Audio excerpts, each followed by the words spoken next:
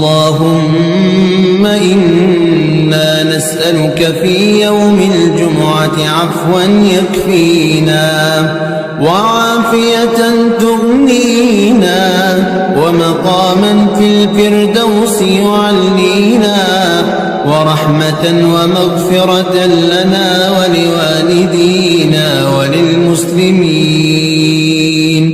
اللهم لا تستدرجنا بالنعم ولا تفاجئنا بالنقم وارفع عنا الألم والسقم وجد علينا بفضلك فأنت أهل الجود والكرم.